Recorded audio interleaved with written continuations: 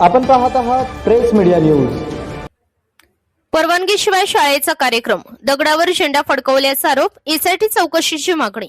कामती खुर्द येथील शिवचैतन्य पारमार्थिक सेवा संघ संचलित श्री परमेश्वर प्राथमिक व माध्यमिक आश्रम शाळा संदर्भात गंभीर आरोप समोर आले असून या संपूर्ण प्रकरणाची एसआयटी मार्फत सखोल चौकशी करण्याची मागणी करण्यात आली आहे। याबाबत संबंधित शासकीय अधिकाऱ्यांकडे वारंवार लेखी तक्रार देण्यात आल्याची माहिती समोर आली आहे।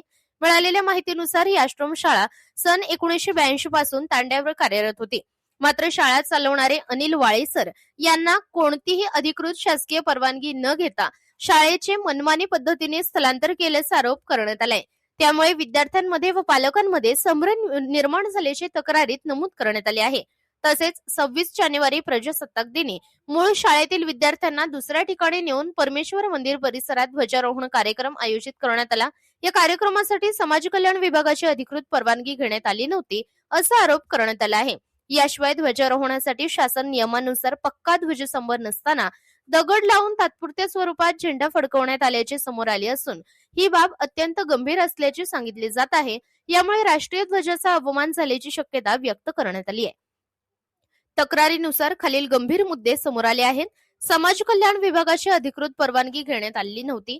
शाळेचे अधिकृत स्थलांतर नसताना विद्यार्थ्यांना दुसऱ्या ठिकाणी नेण्यात आले। कार्यक्रमासाठी संबंधित पोलीस स्टेशनची परवानगी घेतली का याबाबत शंका व्यक्त करण्यात आली आहे। ध्वजारोहणासाठी शासन नियमांचे पालन करण्यात आले नाही। परमेश्वर मंदिर प्रशासनाची ही अधिकृत परवानगी घेतली नसल्याचा आरोप आहे आणि संस्थेचे प्रतिनिधी म्हणून अनिल वाळे यांनी मनमानी पद्धतीने निर्णय घेतल्याने नियमांचे उल्लंघन केल्याचे तक्रारीत नमूद आहे।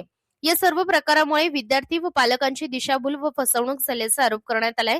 विशेष म्हणजे या संदर्भात सहाय्यक संचालक इतर मागास बहुजन कल्याण विभाग सोलापूर यांच्याकडे तक्रार व पुरावे देऊनही अद्याप संबंधित वाळे व शाळेतील शिक्षक कर्मचारी यांच्यावर कोणतीही कारवाई करण्यात आली नाही। ही बाब गंभीर असल्याचे सांगितले जात आहे।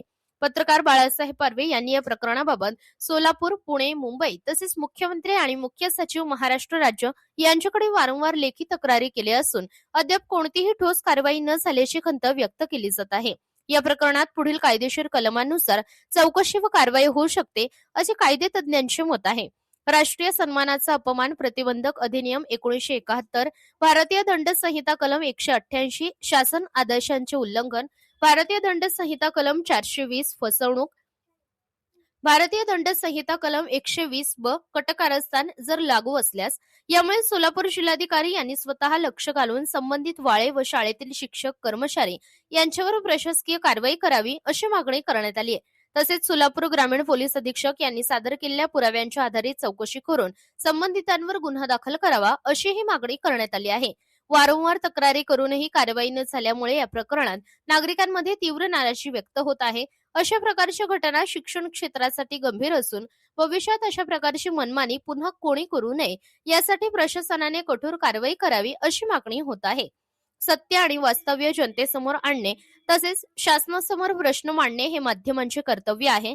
प्रेस मीडिया न्यूज हे काम सातत्याने करत आहे।